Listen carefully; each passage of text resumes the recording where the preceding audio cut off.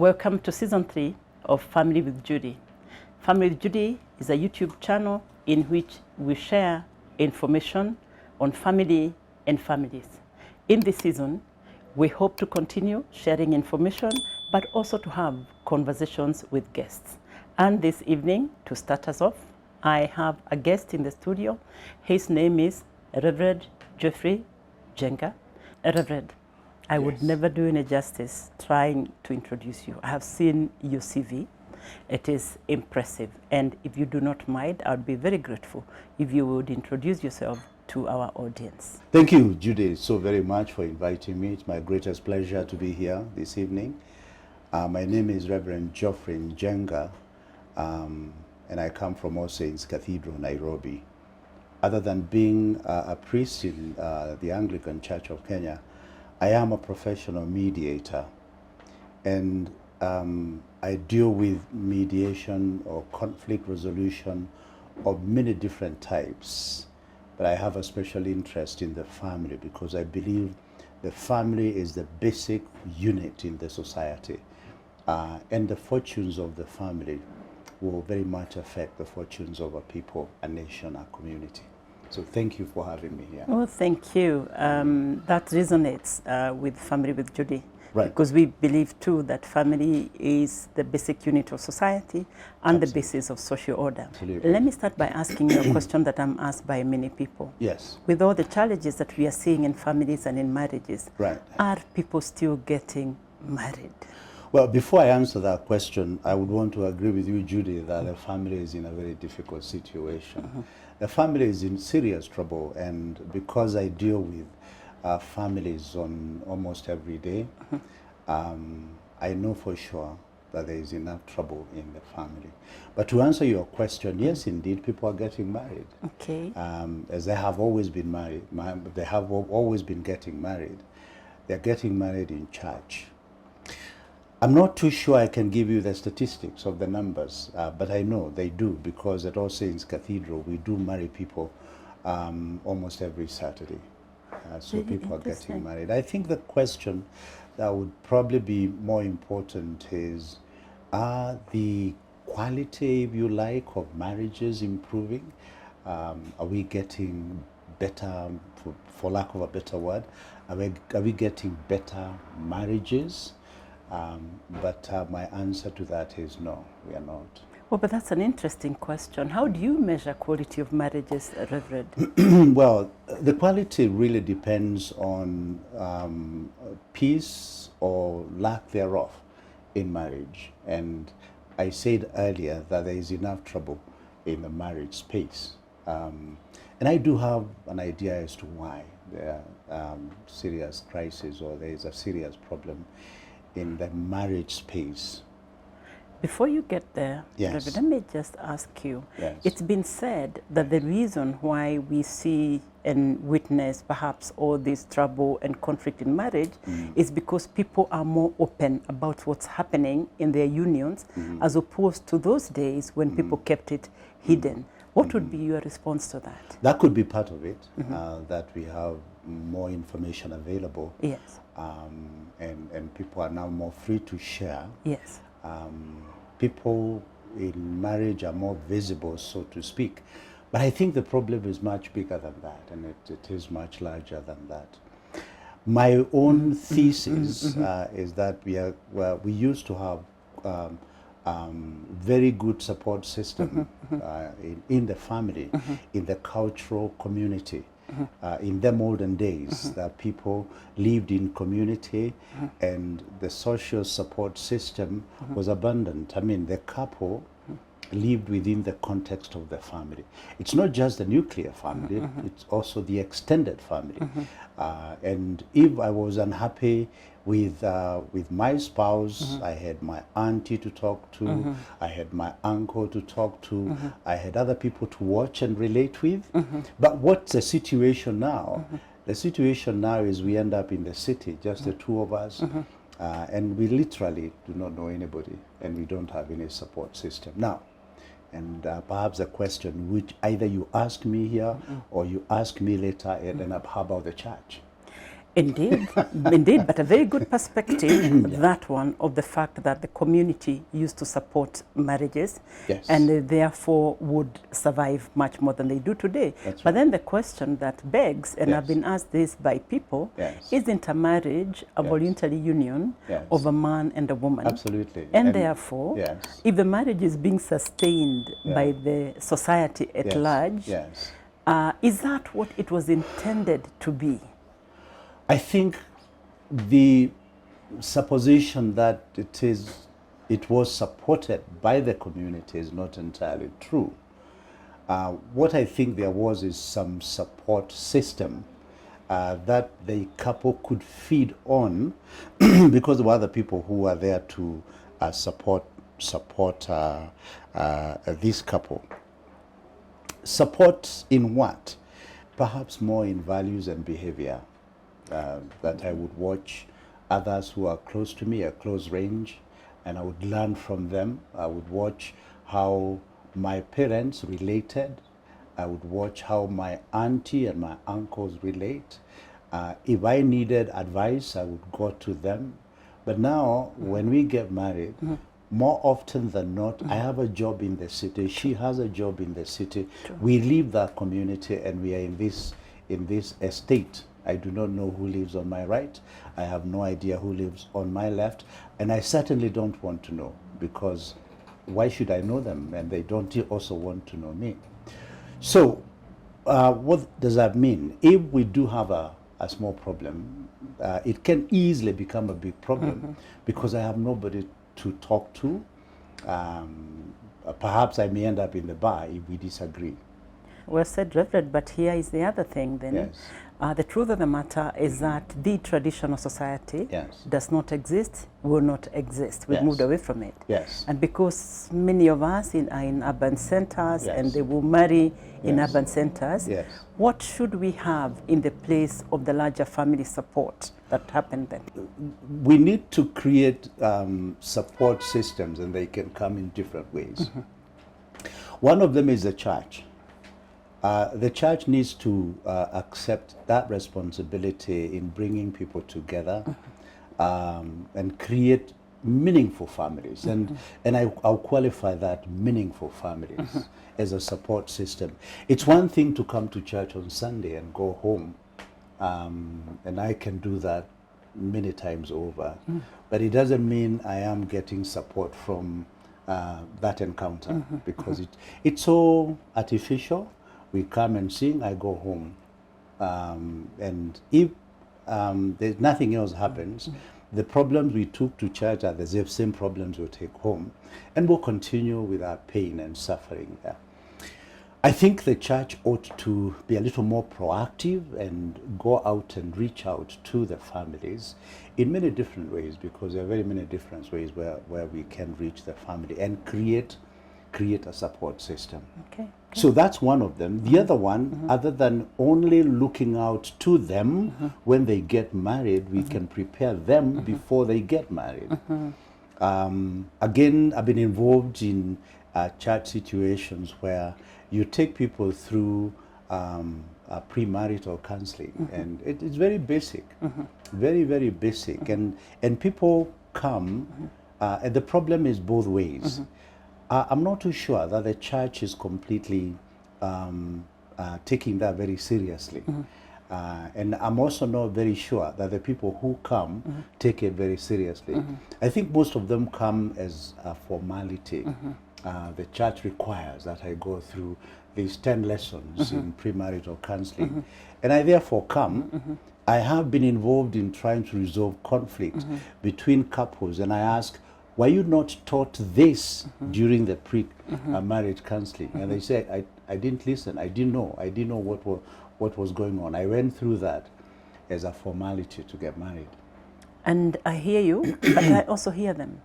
Because Yes. until you've been in a marriage Yes. and experienced conflict, Yes. then the teachings, Yes. the premarital counseling, Yes. may not make sense.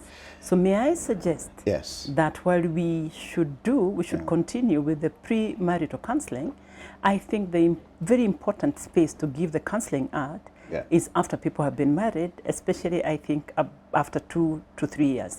Is that Both. something that the church could both. embrace? And I think I think that there's value in trying to cut. It's very much like raising children. You don't wait until they grow up and then try and tell them there's trouble ahead. I think you prepare them.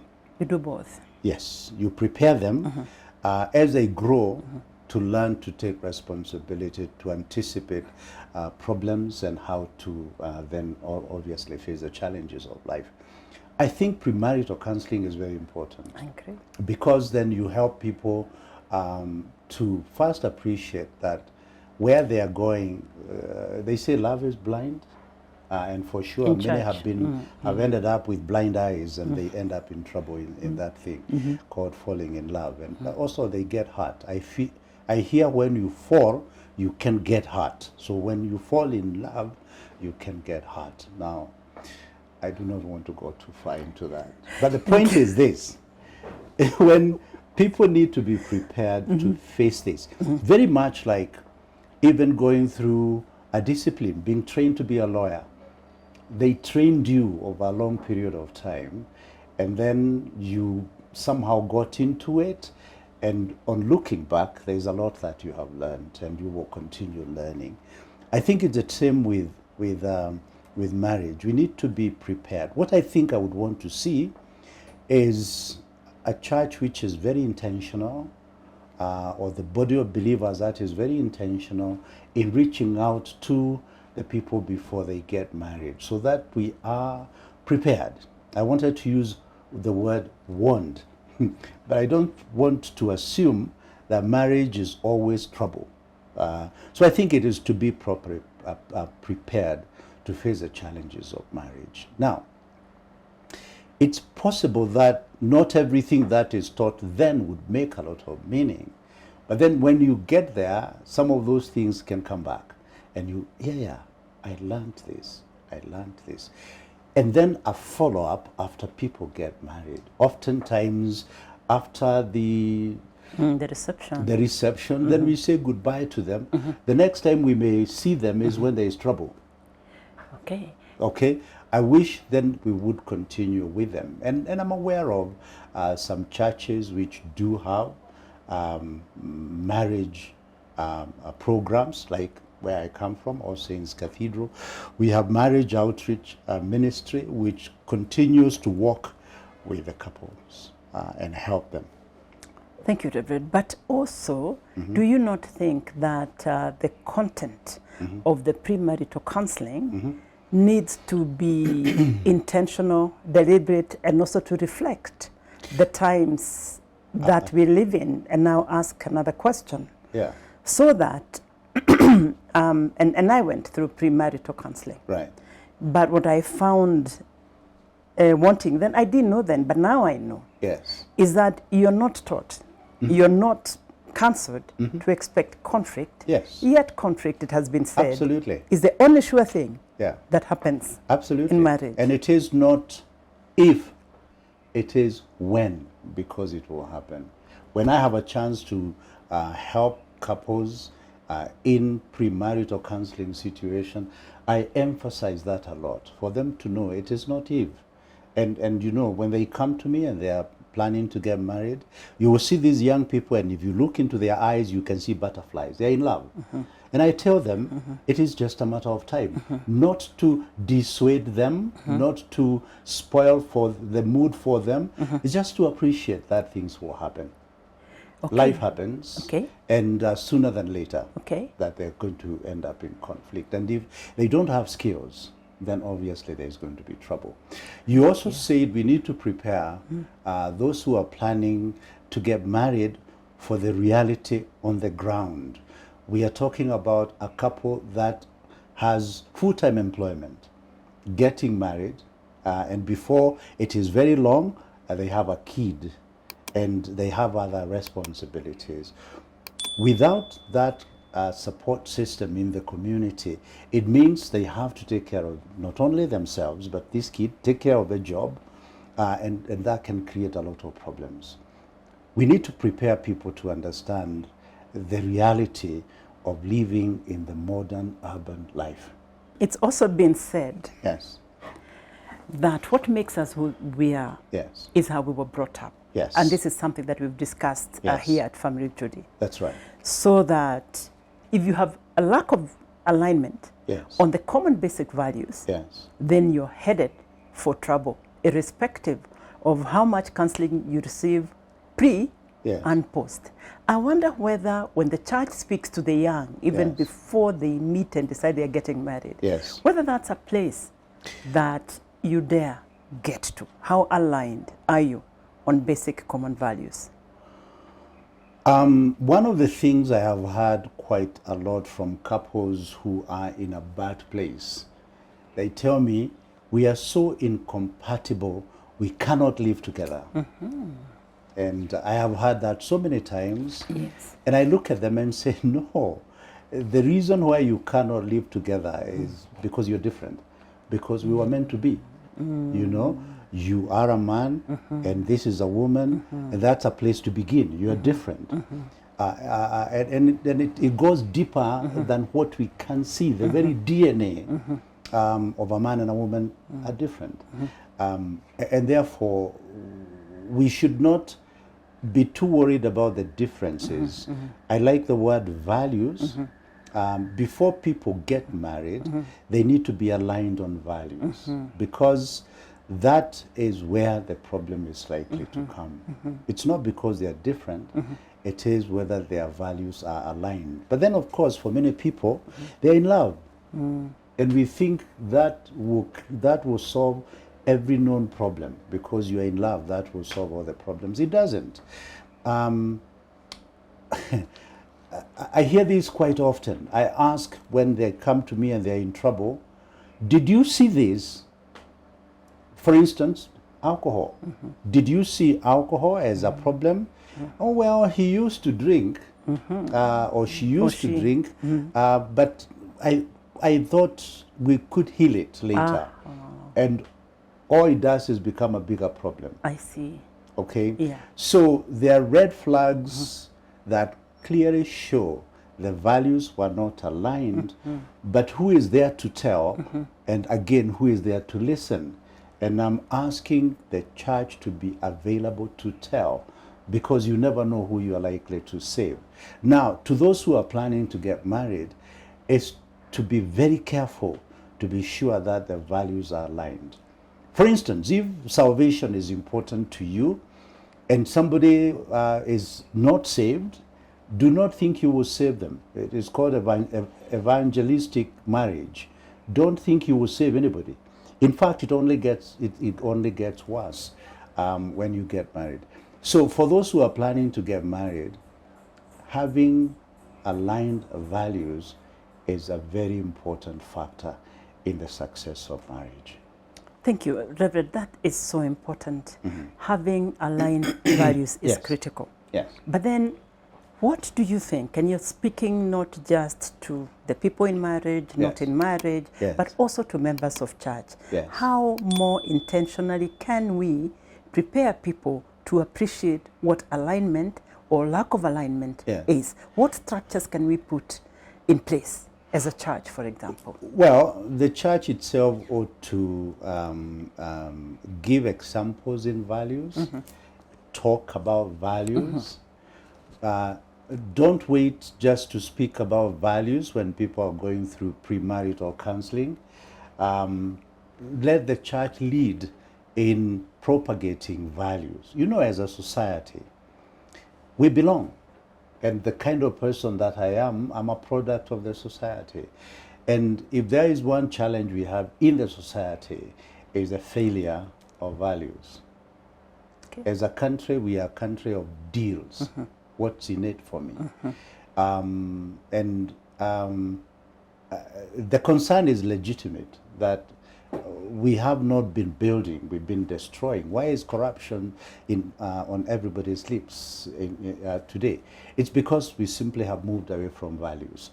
We are not alienated from the society. The societal values have been diminishing: hard work, integrity, respect for property, other people's material properties. merit, you know. All those things have not necessarily been increasing, they've been going down. And you know, the source of, we said at the beginning that the family is the basic unit in the society. What happens in the family will of necessity affect the entire society. Okay?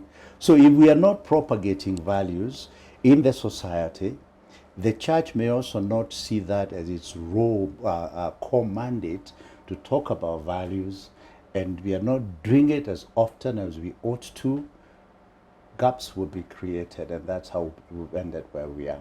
Thank you. I want to ask you a question about stigmatization in church. Yes. Many have said Yes. That they don't feel, when they're facing conflict Yes. in marriage, and when they separate or divorce, they don't feel at home in church, because Yes. it's like the outlook you need to have in church Yeah. is a successful marriage, a successful family, and Yeah. all that kind of thing. Yeah. I wonder whether the church is aware of that, at least the one you represent here, but also Yes. what is it that's being done so that it becomes a place where everybody feels at home and can seek refuge even in difficult times? You know, I think we all need to agree that we are a fallen people. What are we? We are a fallen people. Okay. The problem began in the Garden of Eden, way back in the book of the beginnings called Genesis.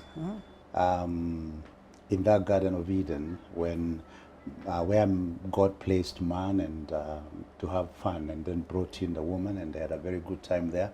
But then Satan came and caused trouble, and there was what we call the fall. We are a fallen people. I think that needs to go very deep into our system, that nobody is perfect. And the church needs to accept that nobody is perfect. Okay. You are looking after people who are fallen, people who are not at the level where God would have them be. If we accepted that we have all fallen, and we've all fallen of and fallen short of God's glory, then we are likely to be more tolerant. We are likely to be more understanding. We are likely to be more merciful and kind as we look at other people. It is not necessarily always the case, you know. We tend to be more judgmental. We tend to be alienating people. We need to be isolating people, and that really is not the right thing to do. We need to be careful not to be those who judge others harshly, because we all, like sheep, have fallen. Yeah. Okay, thank you. Because we have fallen, Yes. and because we will have conflict, Yes. and because conflict is inevitable, Yes. I would like to know how the church supports people to conflict resolve. And then after that, I'm going to ask you, as a mediator, what your experience in conflict resolution is, if you will. The church